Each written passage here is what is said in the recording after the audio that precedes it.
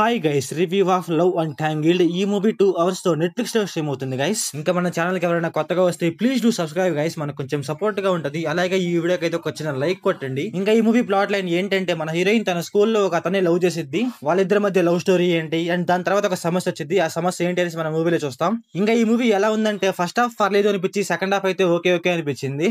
ఇంకా ఈ movie family watchable అంటే అక్కడక్కడ కొన్ని రొమాంటిక్ సీన్స్ ఉంటాయి, అవి అయితే కొంచెం డిస్టర్బ్ చేయొచ్చు. ఇంకా ఈ మూవీలో తీసుకున్న స్టోరీ అయితే చాలా అంటే చాలా రెగ్యులర్ స్టోరీ గైస్. కాకపోతే మూవీలో సీన్స్ అయితే కొంచెం బాగుంటాయి. మన హీరోయిన్ కి ఫస్ట్ హాఫ్ లో ఒక లవర్ ఉంటాడు, సెకండ్ హాఫ్ లో ఇంకొక లవర్ ఉంటాడు అనమాట. నాకైతే ఫస్ట్ హాఫ్ లో లవరే కొంచెం బాగా అనిపించాడు గైస్. అండ్ ఫస్ట్ హాఫ్ లోనే వాళ్ళిద్దరి మధ్య సీన్స్ అయితే కొంచెం బాగుంటాయి అనమాట, లవ్ సీన్స్. ఇంకా మూవీలో అక్కడక్కడ కొంచెం కామెడీ ఉంటుంది, అది కూడా పర్లేదు బాగానే ఉంటుంది అనమాట. అది కూడా ఫస్ట్ హాఫ్ లో అయితే కొంచెం బాగుంటుంది గైస్, కొంచెం క్యూట్ గా ఉంటుంది అనమాట. ఇంకా మూవీలో హీరోయిన్ కూడా చూడటానికి అయితే బాగుంటుంది గైస్, కొంచెం క్యూట్ గా ఉంటుంది. అలాగే తన జుట్టు ఏంటంటే కొంచెం గజిబిజిగా ఉంటుంది అనమాట.